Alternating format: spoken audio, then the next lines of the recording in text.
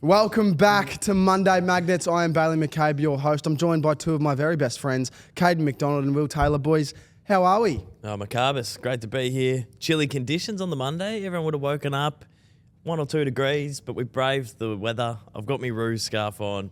We're a bit warm and rugged, and we're happy to be here. Yeah, I'm here for the boners. It's good to see the Bone Boys getting up for the dub.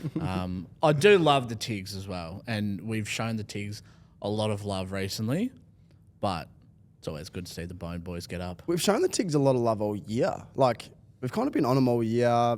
You know, we knew they were going to be a bit shit, but we just get around them. We love them. Not that we're going to dive into the footy just yet, but they've overexceeded expectations, the Tigers, so that's why we love them. Absolutely. It's like when you get your school reports back and it's like he's been average, he's been above average, or he's excelled in his area. I would say Richmond's expectations, they've excelled in this area. Here's one for you.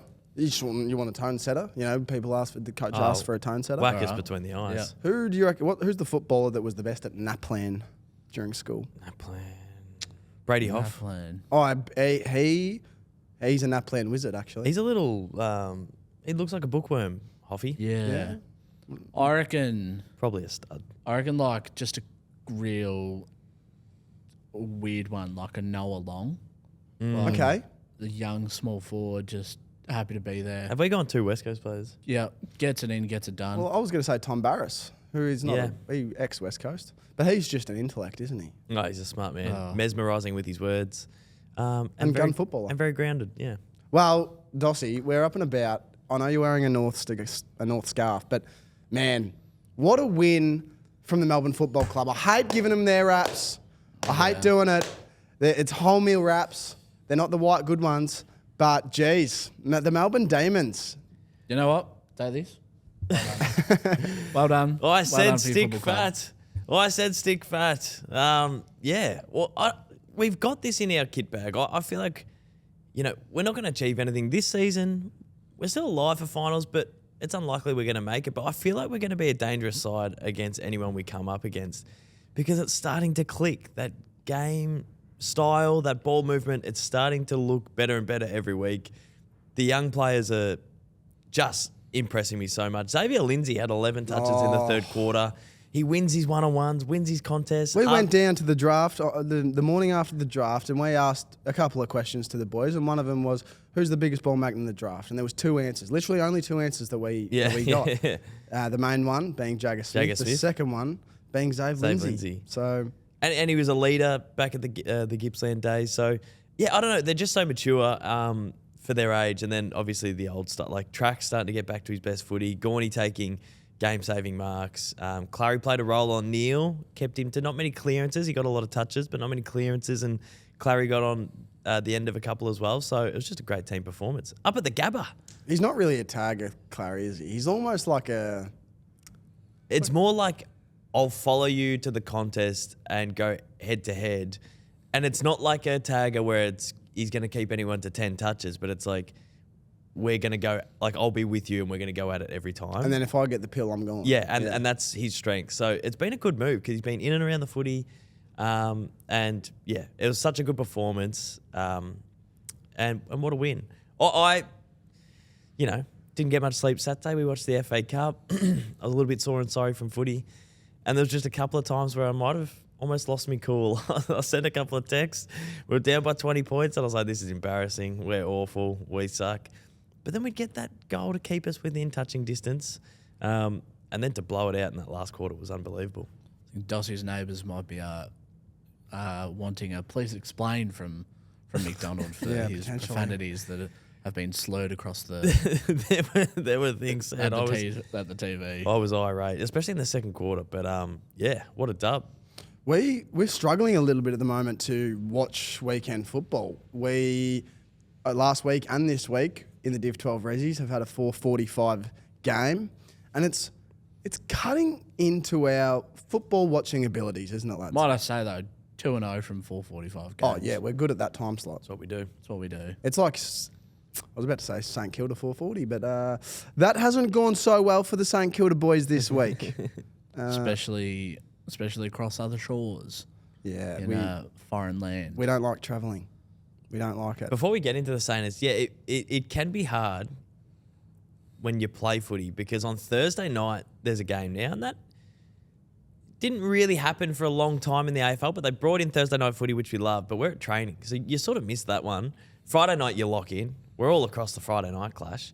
And then Saturday, because we start at 4, you got to be there at 3, so you're only seeing an hour of the 1 o'clock game, and then you're missing the Arvo game, and then you're missing a chunk of the night game. So if it sounds like we're yapping, we are. We are a little.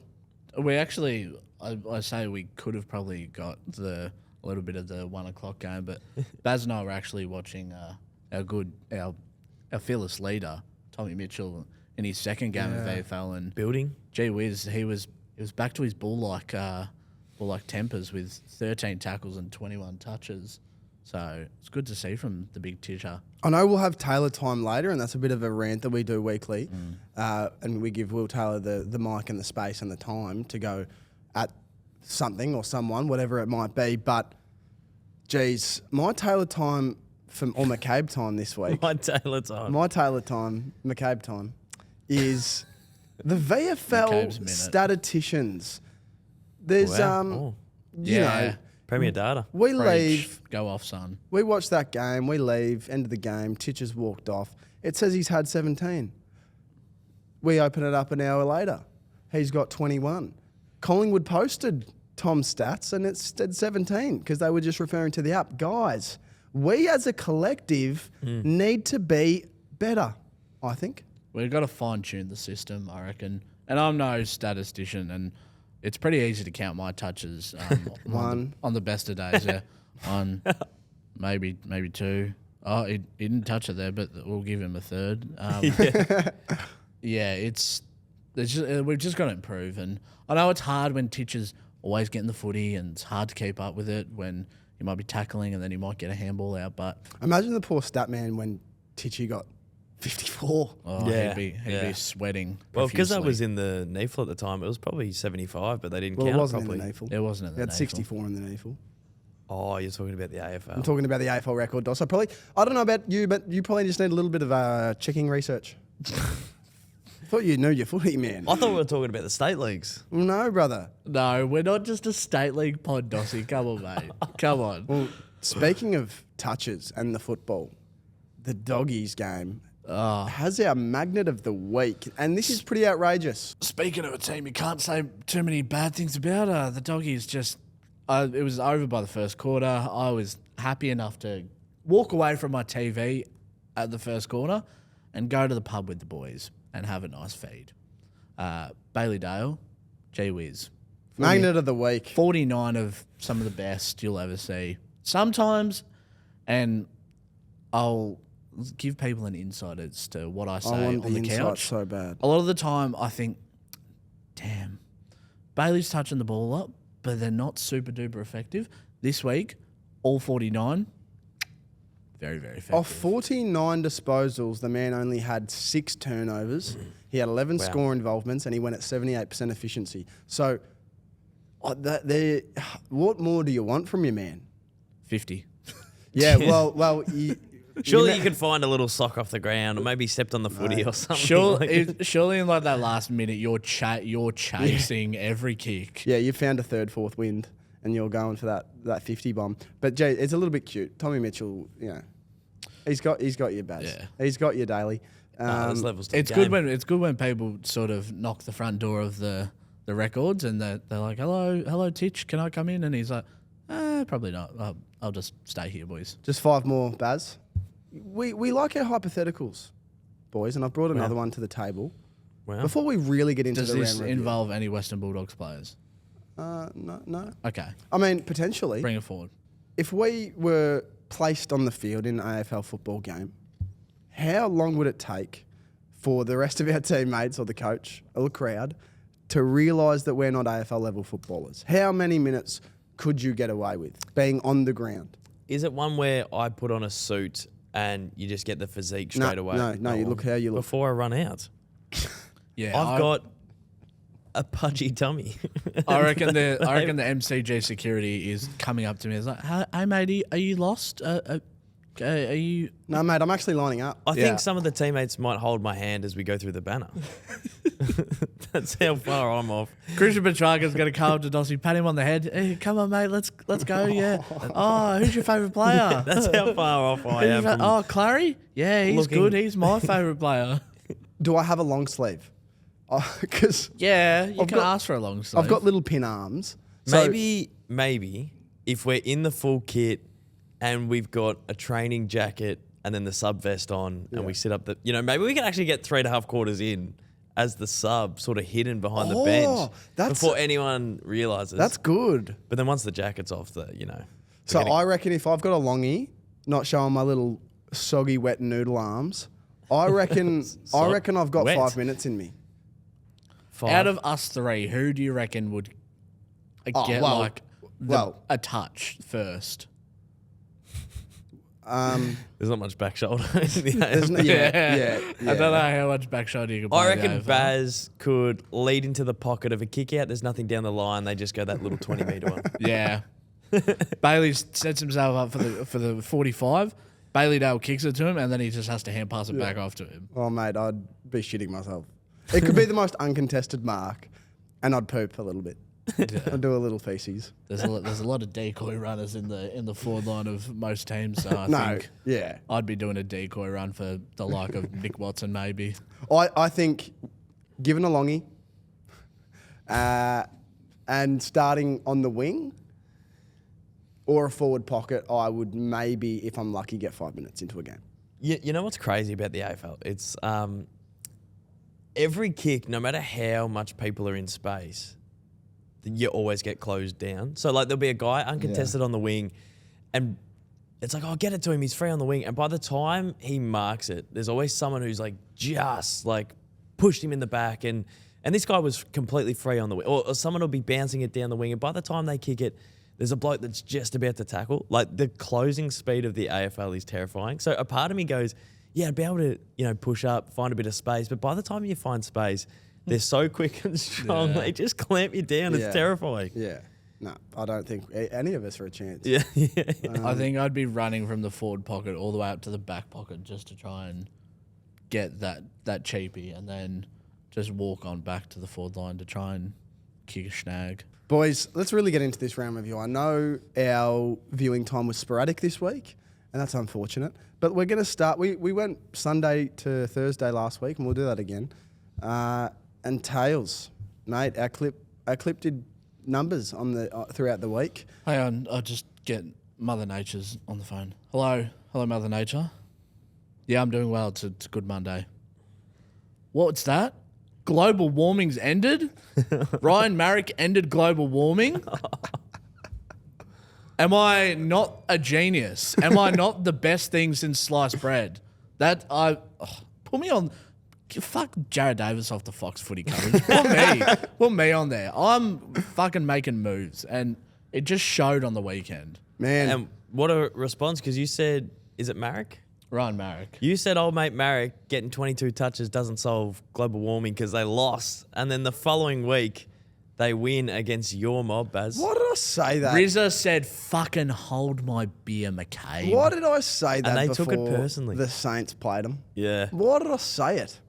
I actually... You champed him hard. You really champed But him. I don't... my thought process was not, I'm champing Ryan Marrick Proper today. champing. I'm getting into tails. That's Yeah, what I but wanted. you sort of got into West Coast as a collective, and they took it personally. They must have. Yeah, They got the said, jockeys. They said, McCabe on the Magnets. Fuck him. Well, But they know it's around the time of end of financial year, and you gotta keep your receipt so you can claim everything back on tax. And Happy AFS. they started listening to the Monday Magnets. Like, oh, we'll print out that receipt and we might claim that back a little bit earlier than.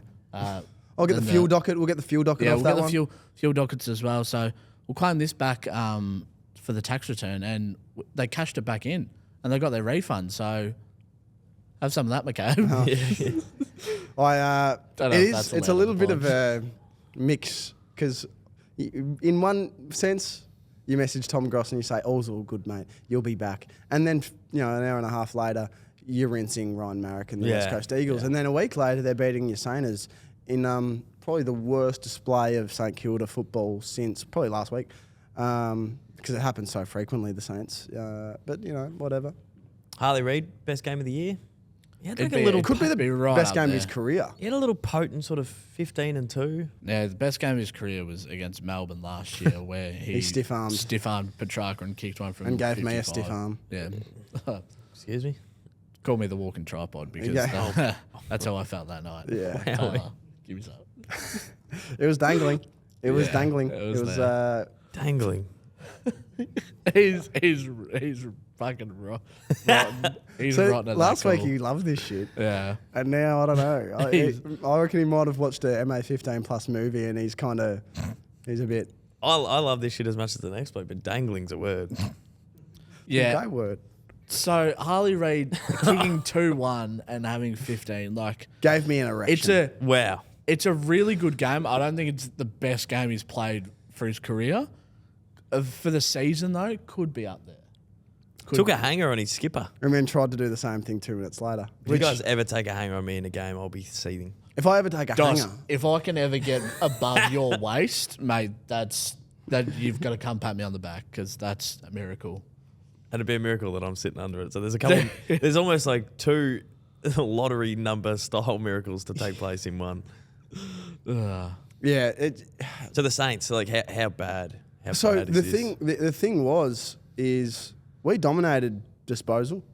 We had, I think, the top 3 disposal winners on the ground. I think Jack McRae had 36 or 37 again. But like at the end of the day, it's not whoever has the most touches wins. It's whoever converts Kicks the most points. goals. So I understand that, Tails. Thanks for clearing Yeah, that up. that came in recently. Fuck me. That's actually been around since Gordon Coventry and I all really those appreciate boys. you letting me know that. And Dick Condon when he kicked. Stick condom. Yeah, Dick Condon kicked a couple goals for Collingwood. Legend.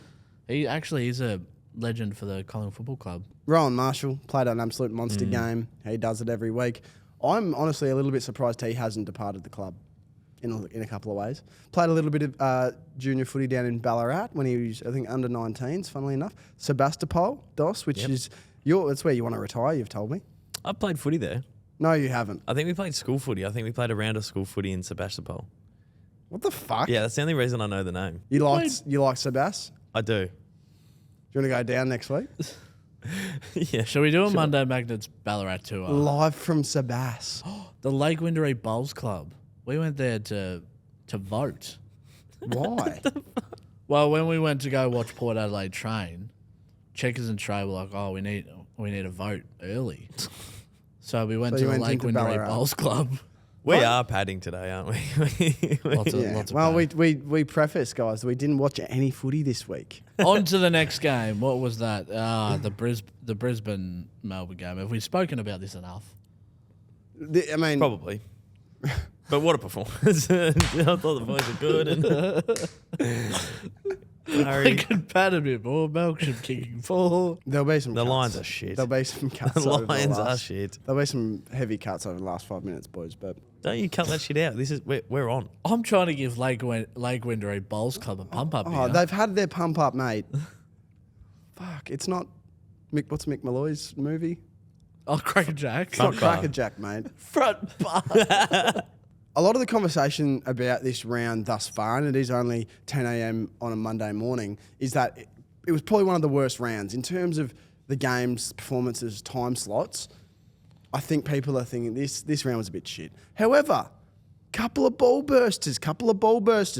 Tigers North, a derby of the shitters, really. I But- love those styles of games. What a ripper. It reminds me of what I used to watch growing up when the D's were shit, and they're shit now. But just that struggling MCG team against a struggling Marvel team, 110 Sunday MCG.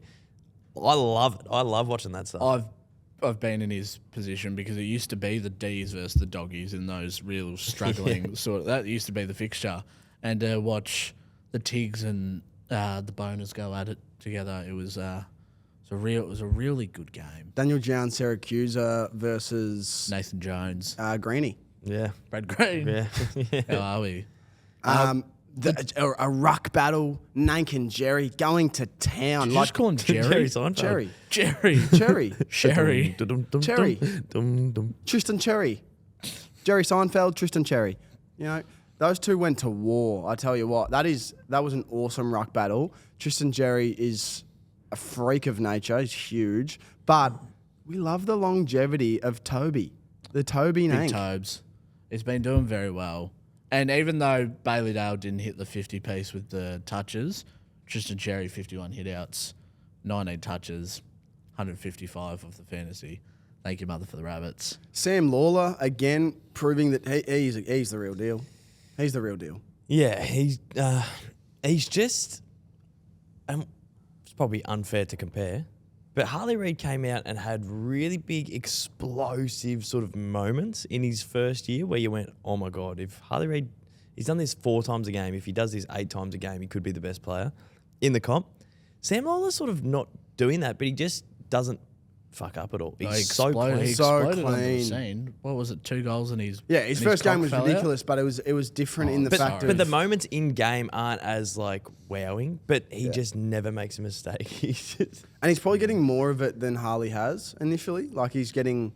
especially every decision is perfect. Yeah. He never mucks it up. He's this perfect link in the chain from like a teammate perspective. But and then some of his contested marking, he sort of wins contests aerially. It's just every time it goes near him, he makes the most of it. And it's sort of going under the radar because that's what you expect from AFL players. But a kid of that age with that much pressure, he's just ticking along really nicely. I know every week we shout out, it seems like we shout out a new young Tiger that's just like showing up.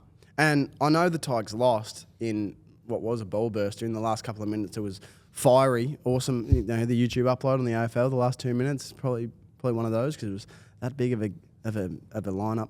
But Kane McAuliffe, he went and had 22 of his own. He's a 21-year-old bloke. He's a reasonably sized fella, and I just liked his game. I don't know if anyone shared that theory, but Kane McAuliffe, man, you've got my eye. Cookson and I played Footy Heads or whatever it's called, Hef's new game, and it shows you an AFL player's face, and then you got to type in the name.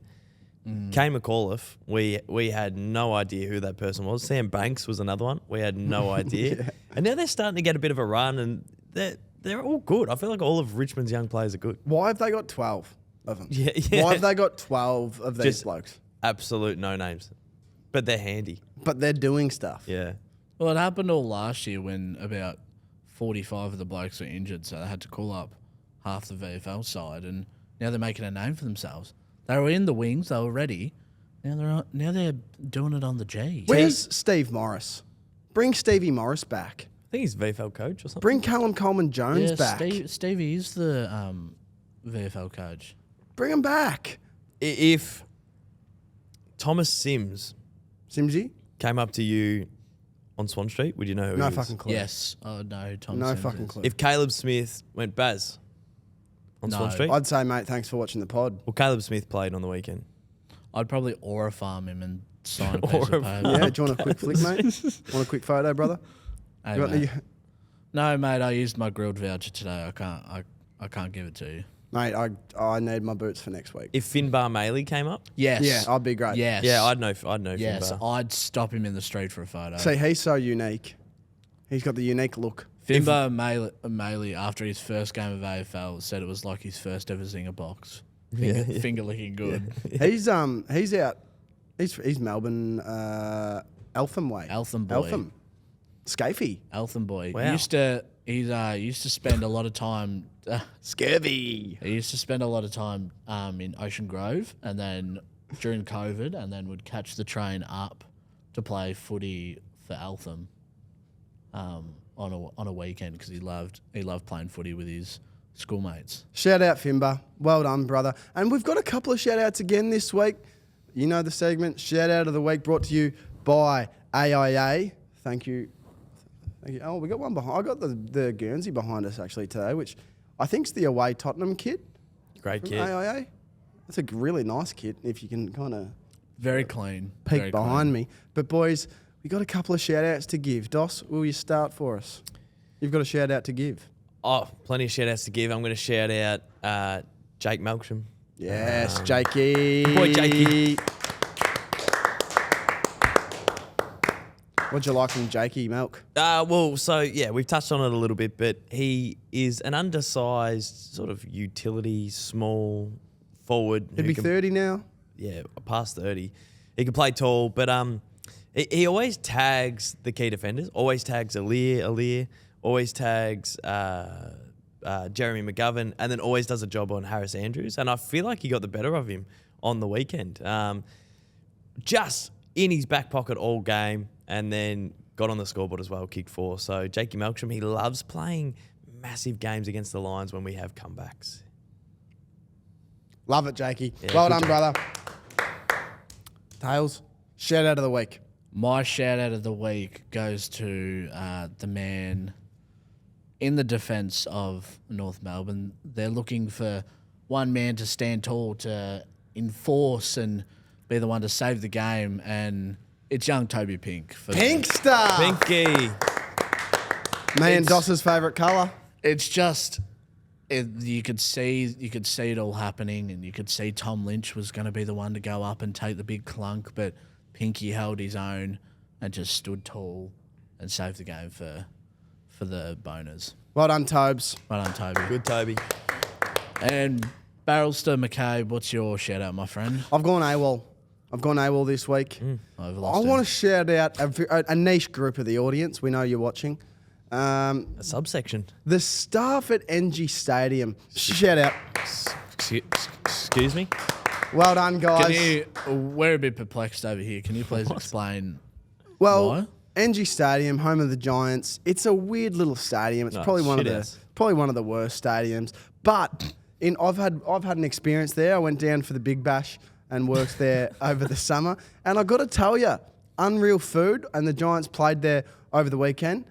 And Giants Freo. they got pipped. They actually got flogged, mate. However, I just want to shout out all the staff at NG Stadium for rocking up, just for getting there consistently, watching those shitters, to churn that out, and just week This in, is week the out. second week of AIA shout out, and I feel like Baz is just like taking it for a dog walk. Bringing the... We're the- bringing like genuine shout outs, and you've just gone, yep, for the people that are doing their job. Oh, are you going to thank the postman for delivering all the shit?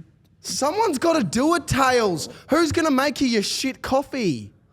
It's 6 p.m. There's people that don't want a normal beer. But they're charging $8 for the coffee. Someone's got to do it, man. It's extortionate prices, so they could just sit on their hands all day. Look, I would be assuming the people down at NG would be spending a lot of money on staff. It's a ripping, the people down, it's not a great ground, but the staff work that hard and they make you feel at home. So that's my shout out of the week. You can take it or leave it. If you're upset with that, you can take it up with me later, Tails, off camera, because I'm not having this argument with you. Off camera. If anything, the NG Stadium staff were like very fortunate. They got to watch Freo and Giants, and that'll get you out of bed on your Saturday morning. What a ripping contest. We didn't get to watch it, did we? No, that was the game we could have watched, and we chose to stick pins in our eyes. Very much so. Before we get going again, this Wednesday, so we're 2 days away from the Ball Magnets Sports Academy range coming out. You got I'm the brown excited. on. I'm excited. The Very brown excited. is comfortable. I've got It's delicious. I've got the white on underneath Oh, as he's well. He's double. Tommy matching. said that there'd be more here for us today, and I think you're stealing them and you're not giving them to us. I haven't received your He's orders sniffing, yet. he's I sniffing thought, them I, all. thought, I thought we were having more today. Yeah, same. He's Anyway, sniffing them all. Wednesday, 21st of May, it is coming, and you need to get your hands on it because it's limited stock. We've only got so many to give out, so you better get in quick. We've got the brown hoodie tee, blue hoodie tee, and the white. So we're very excited for those to come out, boys. Also, for big boys, there are sizes up to 3XL, which in the past has only been 2XLs, but there are 3XLs in selected items. It's very important. Paddy Cripps requested that we get some bigger sizing. He's not so wide, but he goes vertical. He's He's up. enormous. He's yeah. a big boy. Well, for all big boys, wide or tall. Make sure you get it. But something I've observed throughout this week and how this ladder is panning out potentially some other people have observed this as well. It feels like the 8 is set at round 10. Like, I don't think I really hope Freo make finals so they can at least live up to a little bit of my predictions earlier in the season. But Essendon, Carlton, the Swans could make a run, but then the Saints, the D's, Port.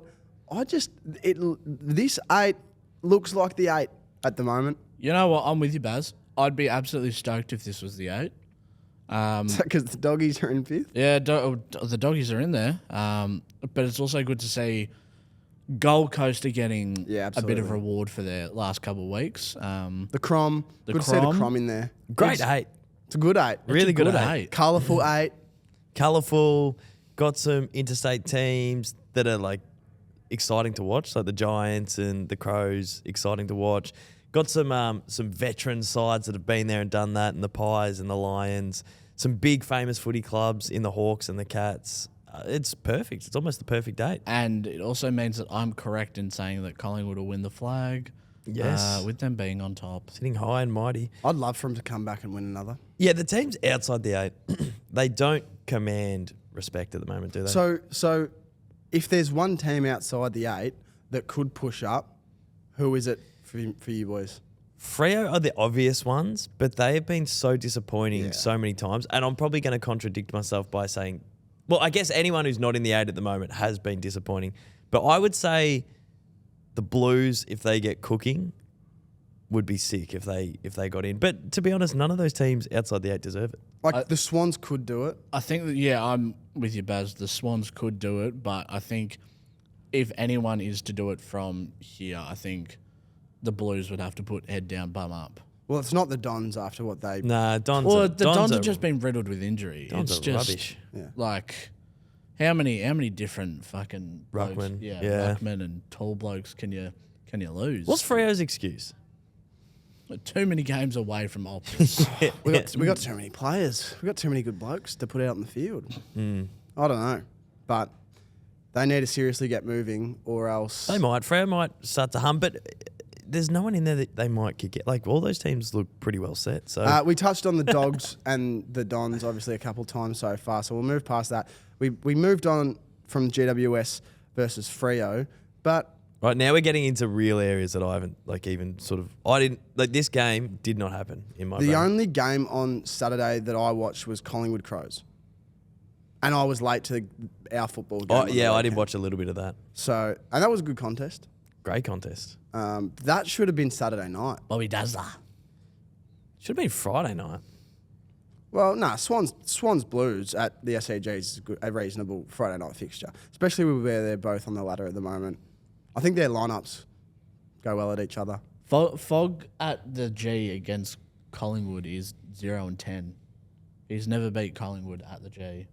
Really? 0-10. He's 0-10. It's an actual thing that the Crows, well, I suppose most interstate sides struggle at the G, but the Crows especially, because it's like the Crows and Collingwood always have good battles. yeah, close games. And then it's that Isaac Rankin running down the Yeah. wing. Oh, he's run too far. He's run too far. That could have been the fucking thing for Adelaide.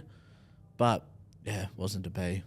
The Fog kicked for the 3-headed dragon at the Crows was exposed a little bit on the weekend. Very one-headed on the Tex weekend. got subbed off, which we know that can happen this year. I think it might have already happened once or twice, but we know that that's going to be probably a consistent thing for the Crows throughout the rest of the season. But if the Fog's kicking 4 each week, I know they lost, but geez, I said this a few years ago. I said Tex has almost got to go. It's not that he doesn't have it anymore, but he has to pass the torch, and it feels like the torch is being passed. Yeah, well, they got like Tyler Walsh. Tyler Welsh. Who you saw on the weekend. You saw him at Did see the him VFL. at the VFL. He was watching one of his old mates. Had a good chat with Tyler Welsh. He's coming up through the sandful. Had a good chat with CJ. Hasn't kicked a goal in 3 games, Tyler Welsh, but he'll get back to it. So, I told him, I know you're feeling, mate. It's tough when the ball's not coming your way. But we also did bump into CJ Chankworth Jath.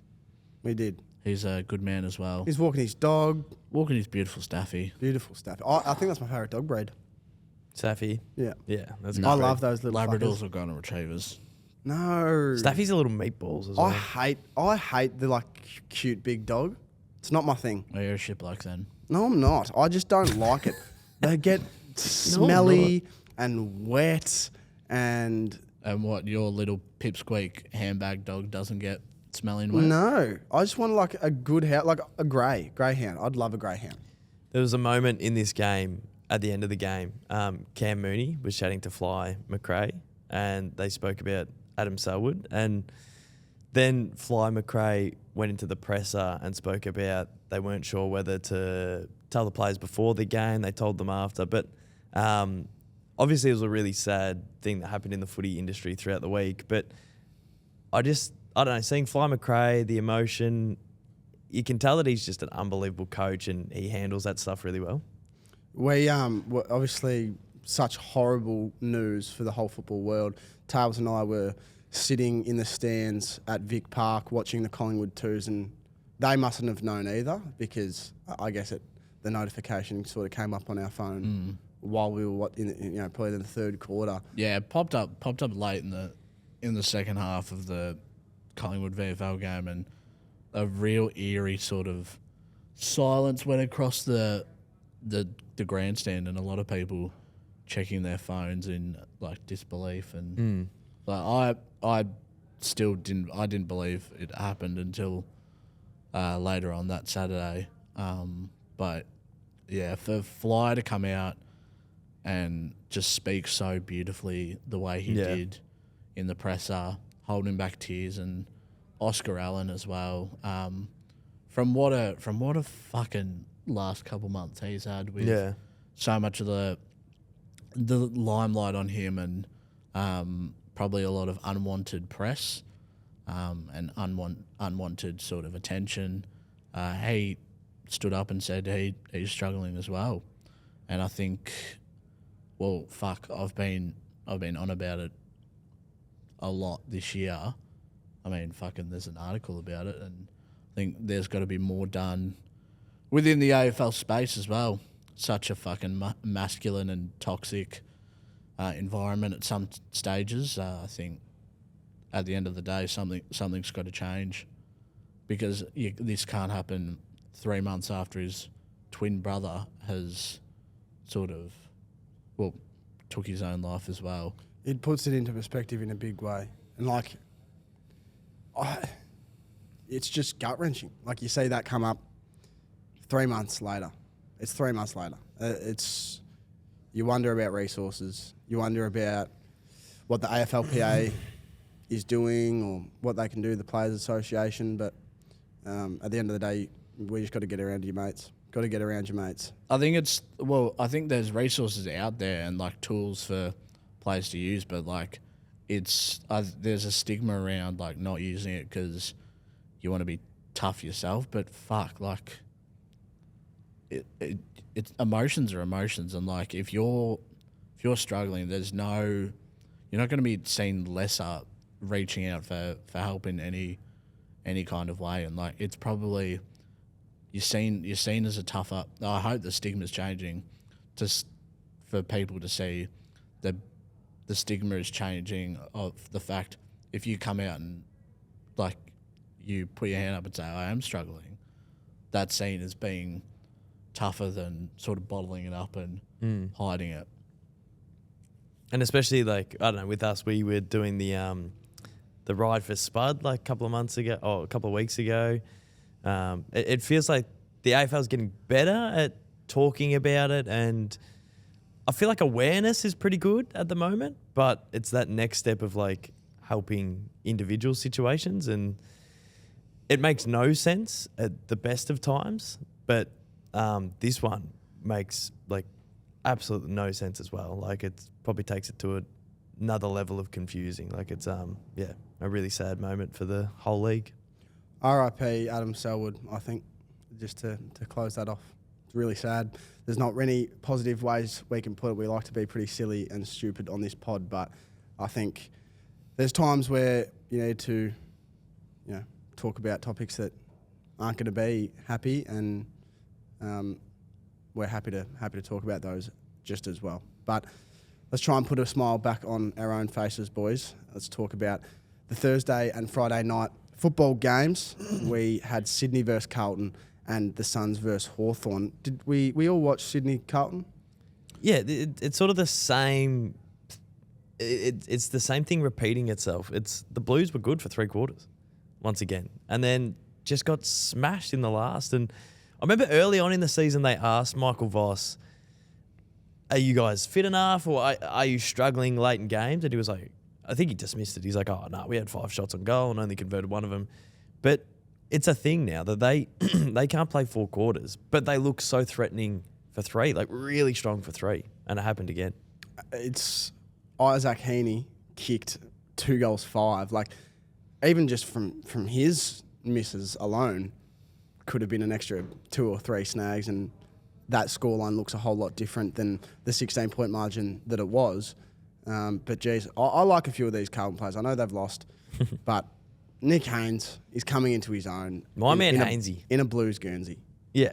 I love it. Well, when they traded for him, there was some skeptical Blues fans because Nick Haynes was sort of on the outer at GWS and hadn't played for a couple of years, but he is a very, very good intercepting that second or third defender, and he's done it across his whole career at a very good footy side at the Giants, all Australian, top 10 draft pick. He's a gun. So when Hainsey came onto the scene and, had a couple of massive mistakes in massive games in front of his new team, he became the whipping boy straight away, and it's just so impressive how he's worked through that, because I reckon at his age demographic, with the mistakes that he made in round 1 and 2, man, some players might not have come back from that, but he's just built into a bit of a season, and he's playing really well.